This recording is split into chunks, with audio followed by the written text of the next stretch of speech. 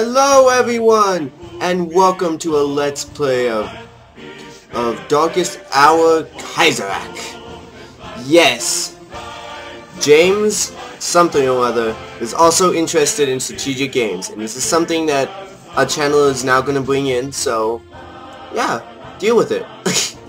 And honestly, I think you guys will be quite happy because this isn't the actual game, Darkest Hour, but this is the mod, one of the greatest mods they've had, and I think it might actually dwarf the actual game. And what this mod does is it basically gives you this hypothetical situation of what would happen if instead of the Allies won, what would happen if the Central Powers won? And thus Kaiserreich is born. And as you can see, a lot of things are different. I mean, just look at the flags. We have the Chinese, who aren't called the Chinese, they're called the Quinn. We have the Japanese, the Americans, the Canadians. I'll explain maybe a little bit about them. The Russians, the Italian Federation. I wonder what's going on there. The Austrians, they know they were still around. The Union of Britain, what? German Empire, hooray! And the Commune of France. Alright, now, I have been thinking long and hard about what nation I want to be. And I think it comes as no surprise, at least to me. I want to play a nation that I can really, do my own thing, and would cause a good Let's Play to where I have to build up my own nation from little tiny, or from kind of smallest to biggest. So the nation I have chosen is none other than the Austrians. Nah, just joking people. I'm not gonna play as the Austrians. I'm gonna play as the Italian Federation. And let us start. And less care for internationalism and more concern for national prosperity. Father Charles Edward Coughlin. You were very wise. Alright. Okay, so our policies can change. We can do some decisions. And welcome to Kaiserreich. And I know the volume is very loud in this, so I am now gonna turn it down, but I mean, look at this. I'm at 10 volume and it's like booming. I don't know if it's booming you guys in, but I'll turn it down just a little bit more. Okay, it completely goes off at 4. That's cool. Anyways, welcome to the world of Kaiserreich. And as you can see, it is not the world of a usual Hearts of Iron game. It is quite different. I mean, whoever heard of a nation called Vallestoles or the Don Cuban Union? I know I haven't. But, you know, I think I might go into a tutorial about how, how did all these events conspire and what is exactly happening. But for right now, let's just concentrate on our little nation of the Italian Federation. Italia. And basically our nation is ruled by, drumroll please, I can't do a drumroll, but it is ruled by, the Pope. Yes, the Pope is the leader of our Italian Federation, and that came after when the Italians, little history, yes, I'm gonna go a little bit into it, but Italy, that's what I meant to say. Italy joined the war against the Central Powers and lost, alright? And because Austria and Germany felt the hurt and were quite angry at the fact that Italy did not join them against France in the First World War, they decided to break up Italy. And so, kind of two different Italys were formed, one north and one southern. They were both originally the kind of monarchy, but over time, the people up north, you know, start to think, they don't really like their kings and queens, and they don't know who to turn to. And so the Pope decided, hey, this is a good opportunity to gain some power. So he started doing massive amounts of, like, campaigning and good works, and eventually the people liked him so much that he became the political leader of the northern part of Italy. Now, things happen quite differently in the southern part, because in the southern part of Italy, a massive rebellion was formed from the northern parts, and it formed the Socialist Republic of Italy, basically the communist. So we have two different types of Italy. We have kind of the old world, the old order, or 14th century Italy versus the syndicalist or 1936 Italy. Definitely like a North versus South, like America, and in fact America's gonna have its own little stuff happen to it. But for right now we're gonna deal with our country, and I think that about sums it up our kind of history that we need to know. And there's gonna be random pops-ups here and there to like give us certain events about what's gonna happen. But let's get into some of the nitty-gritty stuff. And as you guys have always seen, we have these kind of cool waivers up here. These are all the materials, raw things. The only thing that I've noticed that is actually important about these things is that you have enough supplies and you have enough money. The rest of it is just kind of bleh. And maybe people will kind of comment about that and give me some advice, but I've always seen like metal, energy, and raw materials as kind of useless. Oil is like a medium. It can be useful and it cannot be useful. Alright.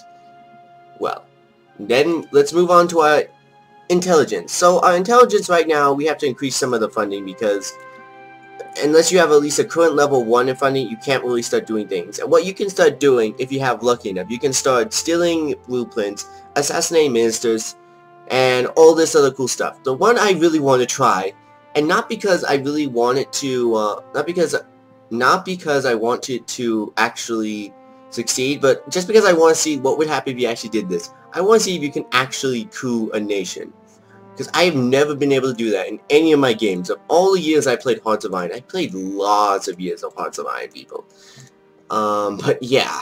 And then we have a standard technology, and right now we only have 3 slots. That's not necessarily good, because an average big-time nation has at least 5. So we're a little bit behind times here. Alright, but let's already start our thing, and since we are primarily a kind of landlocked nation, we're gonna have to concentrate on first, I think, upgrading our military. Ah, stupid. Okay, we gotta get better technological people. Anyone from Italy right now, please send in your resignation for physics and chemistry in the 1935 Kaiserreich, please. Thank you. Now let's get to this. I'm upgrading our assembly line because I always like to have a good amount of assembly and power, and it just makes me feel big. I guess in other words. Alright, mobilize. I think a navy and marines might be useful, but I don't... Honestly, at the most of my extent, I might just want to conquer all of Italy. Maybe some of France, and maybe... Wait... I'm just like pointing to the map like it's actually there. But no, let me get some sturdy equipment, and I want to get rid of the bonuses with winter and that, because when I was playing a campaign with Sweden, I got bashed on that. Alright? And great. That's our technology, people. Here is our economy. This is the most important part. This is how you manage it. So for economy, all you have to do is just make sure your sliders are doing good, and so we have about 2.3 income, as you guys can kind of see. And then for here, I'm making way too much supplies. Let's cut down on supplies, because I want to upgrade some of our military. And I want to already start making some troops. Let's get some light tanks in. Alright, let's get some light tanks, and let's start making like 3 at a time. And now I'll have to increase my military spending.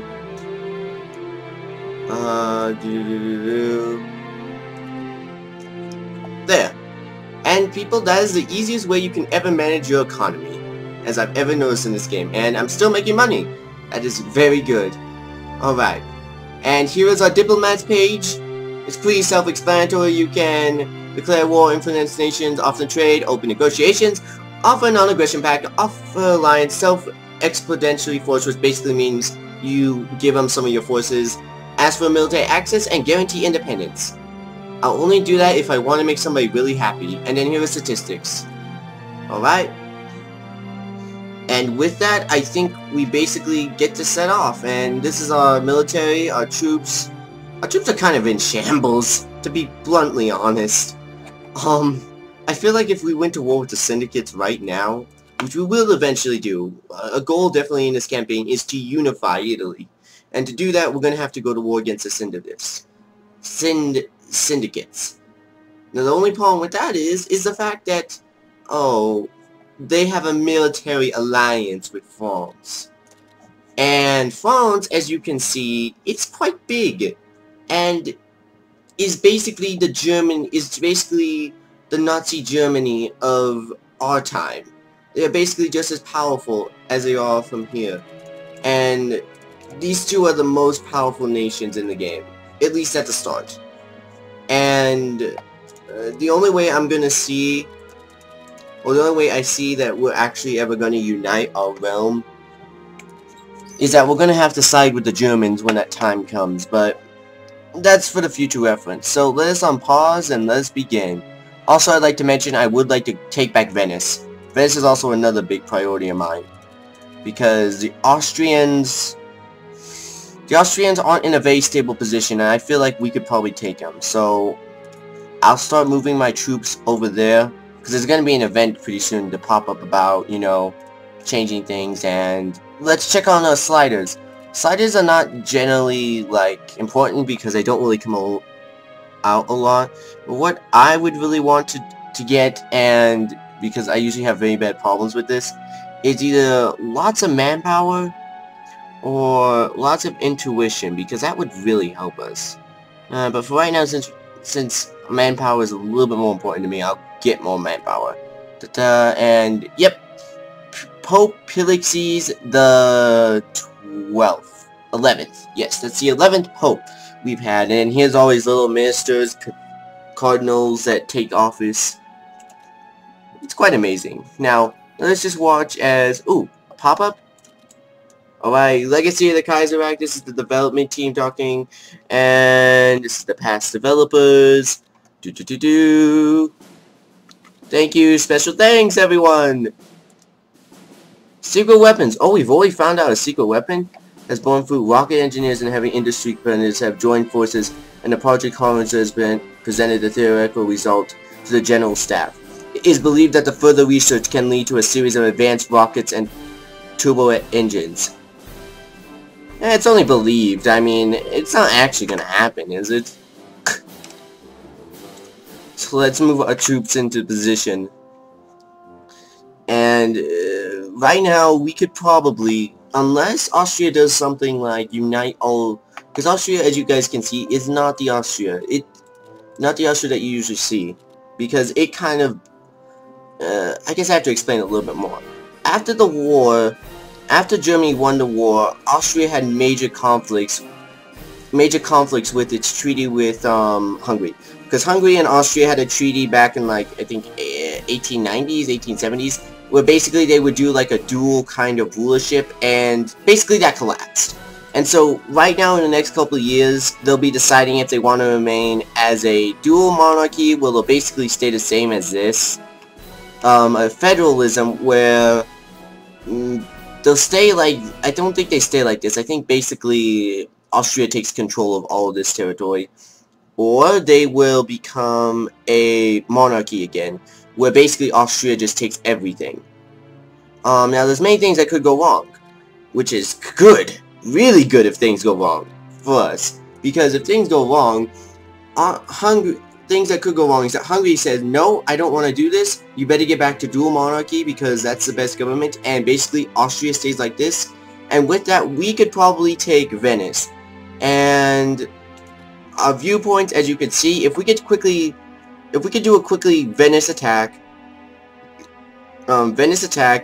then take on Innsbruck, and then maybe if we could push it, we could probably push to Baladala. That was not Arabian, but I translated it into Arabian. And we could basically win our territory that we wanted. And let me move some more troops, because I'm just gonna arm up this border. I know it's not smart to not arm against the Syndicalists, but I don't really see... Yep. I knew this was gonna happen. The first event. Quinto anno Latin for in the 45th year is a new echelon written by Pope Pius the 11th that discusses the ethical implications of the social and economic order.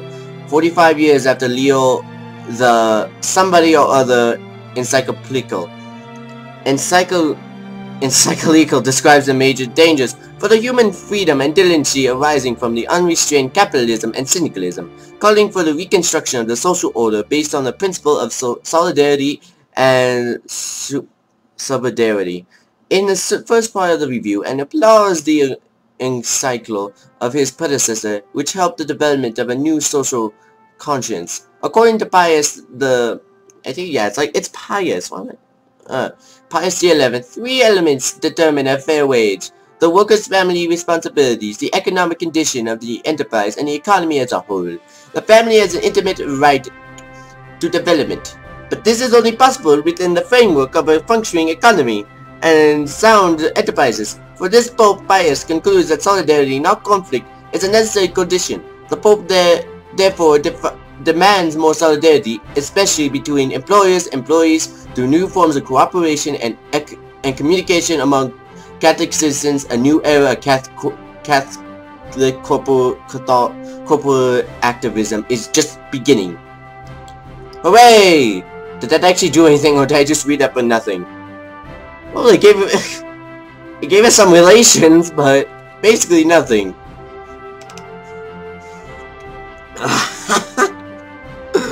That was nice of them.